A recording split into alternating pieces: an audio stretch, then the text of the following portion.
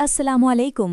आज हम बात करेंगे ड्रामा केस नंबर 9 की आज की किस्त की, जिसमें कहानी ने एक निहायत संजीदा, तल्ख और जज्बाती रुख इख्तियार कर लिया है। ये किस्त कामरान के असल चेहरे, किरण की मजबूती और सच के सामने आने के बाद बदलते रिश्तों को बहुत वाज़े अंदाज में दिखाती है। आइए एक एक मंजर को तरतीबवार देखते हैं। किस्त का तफसीली रिव्यू। किस्त का आगाज़ उस वक्त होता है जब कामरान अचानक किरण के घर पहुंच जाता है। जूं ही वो घर में दाखिल होता है, किरण के वालिदैन उससे पूछते हैं कि वो क्यों आया है। कामरान जवाब देता है कि वो किरण से मिलने आया है और पूछता है कि किरण कहाँ है। किरण के वालिदैन बताते हैं कि किरण अंदर ही है। ये सुनकर किरण के वालिदैन को कामरान पर शक होने लगता है। कामरान मज़ीद एक लम्हा ज़ाया किए बगैर अंदर किरण के कमरे में दाखिल हो जाता है।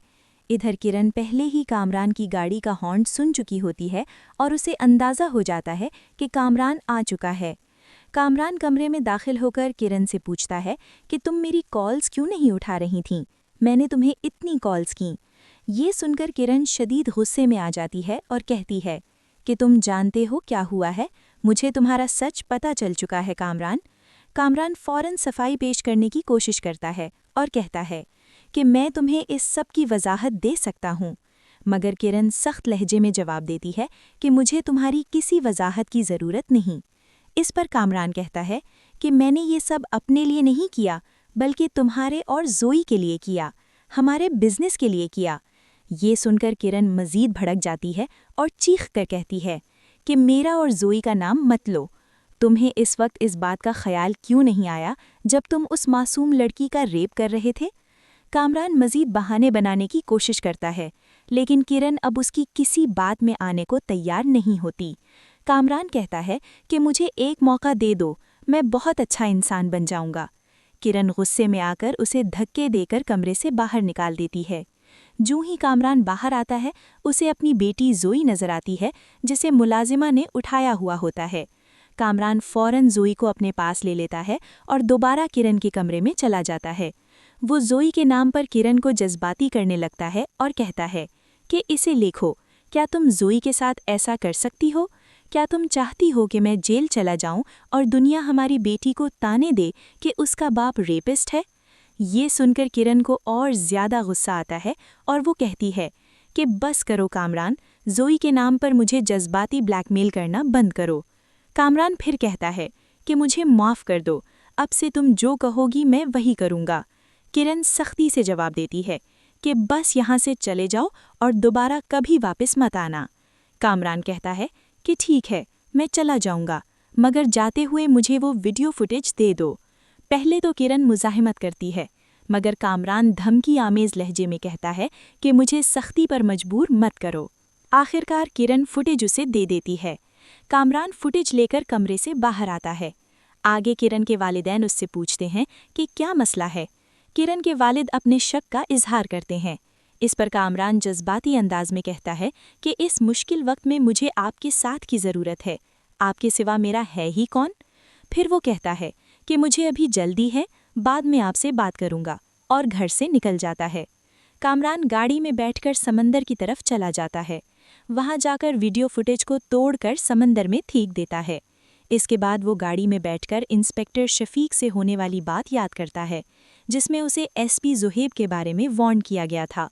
इसी दौरान कामरान एसपी ज़ुहैब को कॉल करके मिलने का कहता है। पहले तो एसपी ज़ुहैब उसे रेड फ्लैग दिखाता है, लेकिन बाद में मिलने पर राज़ी हो जाता है और कहता है कि दफ्तर आ जाएं। इसके बाद कामरान घर वापस चला जाता है। इधर किरण अपने वालिदैन के साथ खाना खा रही होती है, लेकिन वो बहुत परेशान नज़र आती है। किरण के वालिद उससे पूछते हैं कि क्या हुआ, इतनी परेशान क्यों हो? किरण कहती है कि मैं अब कामरान के साथ कभी नहीं रह सकती, मगर अभी आपको वजह नहीं बता सकती।